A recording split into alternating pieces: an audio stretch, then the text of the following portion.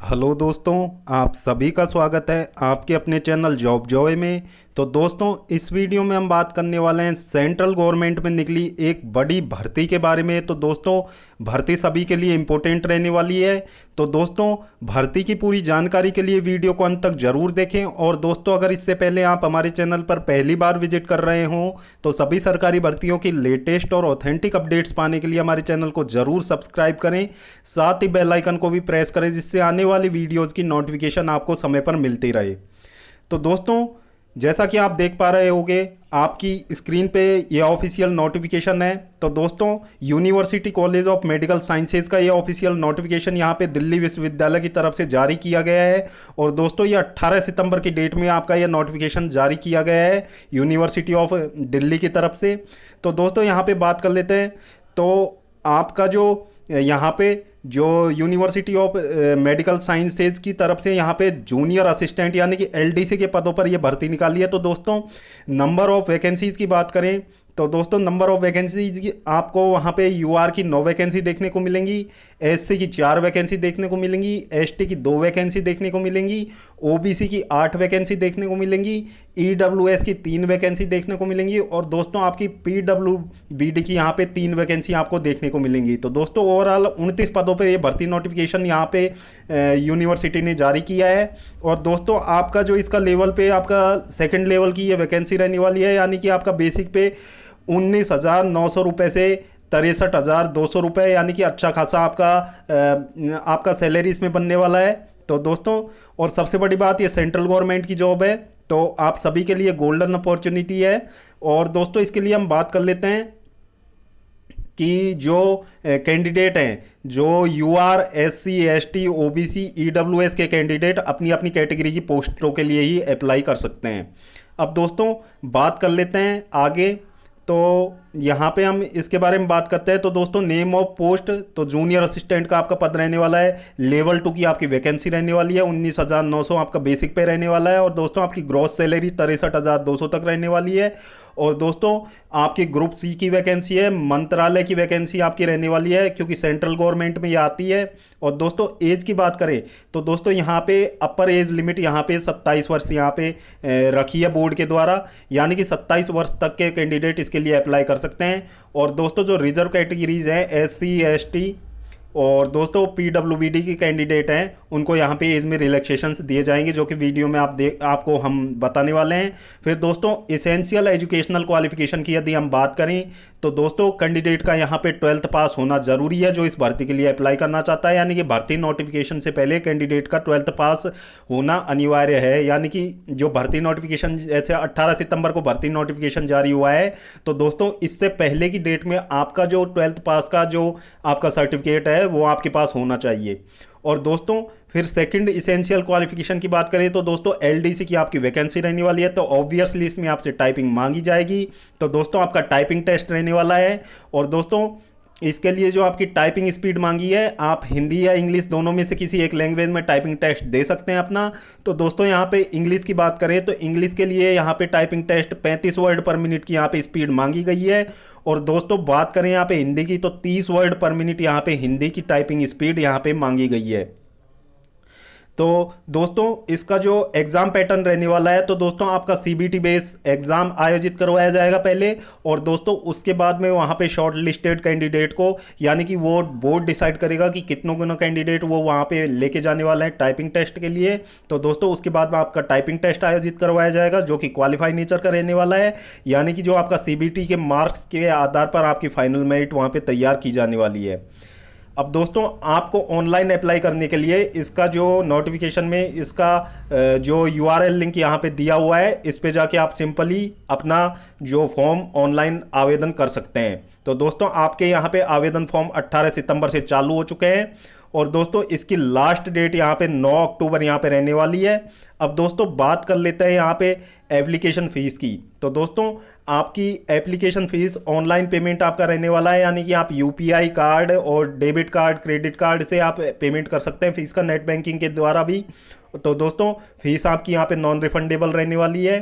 फिर दोस्तों, बात करते हैं जो आपकी यूआर, ओबीसी और ईडब्ल्यूएस कैटेगरी है, उसके लिए आपके 500 रुपये फीस रहने वाली है। और दोस्तों, यदि आप SC ST और PWBD और वुमेन कैंडिडेट हैं तो दोस्तों आपकी यहाँ पे कोई भी फीस नहीं रहने वाली है, यानी कि आप फीस से मुक्त हो यदि आप इन रिजर्व कैटेगरीज से बिलोंग करते हो तो।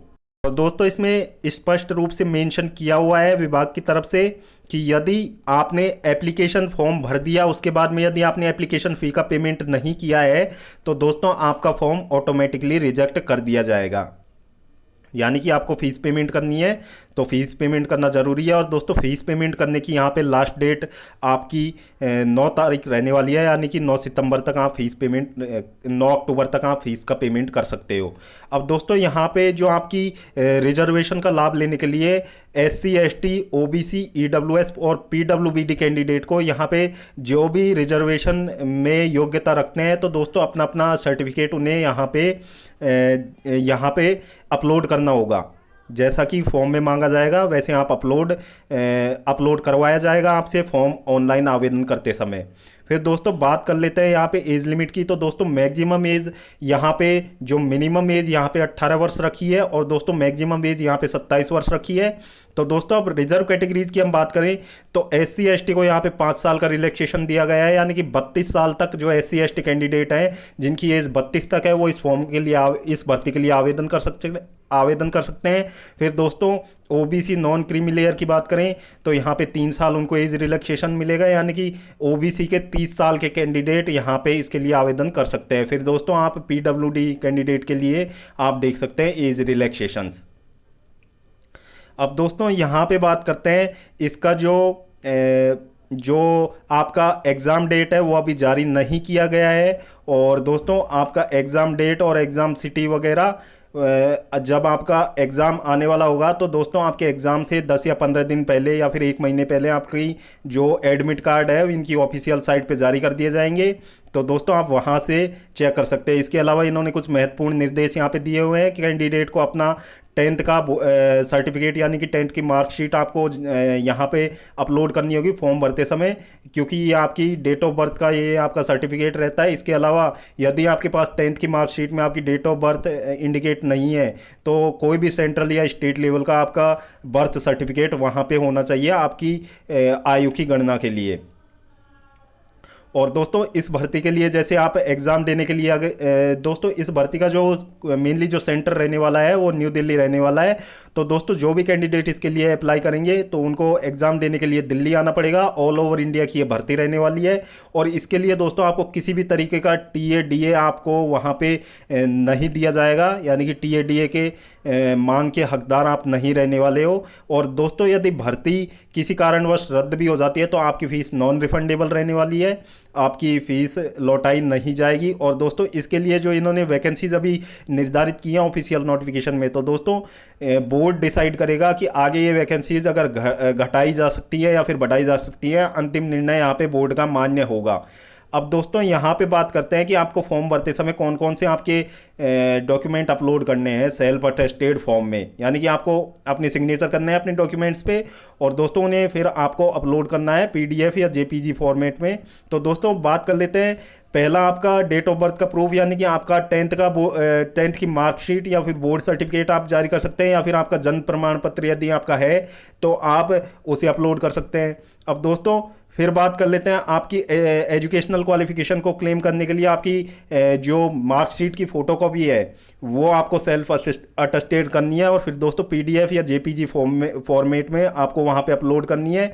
और दोस्तों उसके बाद में बात करते हैं यदि आपके पास कोई डिग्री या फिर कोई अदर क्वालिफिकेशन है तो दोस्तों आप उसको भी यहाँ पे अपलोड कर सकते हैं, क्योंकि ये बाद में जब आपके इंक्रीमेंट्स होते हैं आपको प्रमोशंस वगैरह दिए जाते हैं तो दोस्तों उनमें इनको काउंट किया जाता है। यदि आपके पास है तो आप इन्हें ज़रूर अपलोड कीजिएगा। और दोस्तों कास्ट सर्टिफिकेट की बात करें तो यदि आपके पास SC ST OBC और EWS के कास्ट सर्टिफिकेट यदि आपके पास है, यदि आप एप्लीकेबल हैं उसके लिए, तो दोस्तों आपको अपना कास्ट सर्टिफिकेट यहाँ पे अपलोड करना है।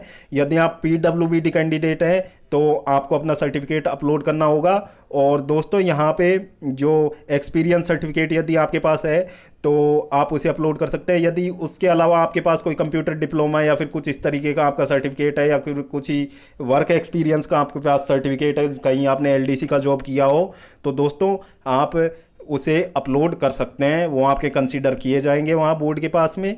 तो दोस्तों काफ़ी अच्छी आपके लिए वैकेंसी रहने वाली है। और दोस्तों इसकी जॉब लोकेशन आपकी दिल्ली में रहने वाली है, यानी कि डीयू में, आपकी डीयू में किसी मेडिकल साइंसेज के किसी भी कॉलेज में आपका यहाँ पे अपॉइंटमेंट कर दिया जाएगा।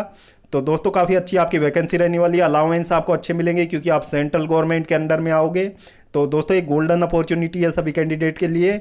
तो जो भी कैंडिडेट इस भर्ती के लिए इंटरेस्टेड है, इस भर्ती के लिए आवेदन कर सकते हैं दोस्तों।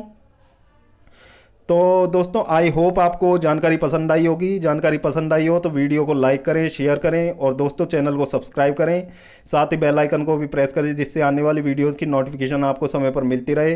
तो इस वीडियो में सिर्फ इतना ही। जल्द मिलते हैं एक और नई सरकारी भर्ती की लेटेस्ट और ऑथेंटिक अपडेट के साथ। तब तक के लिए स्वस्थ रहिए, तंदुरुस्त रहिए और अपनी फ्यूचर एग्जाम्स की प्रिपरेशंस को जारी रखिए दोस्तों।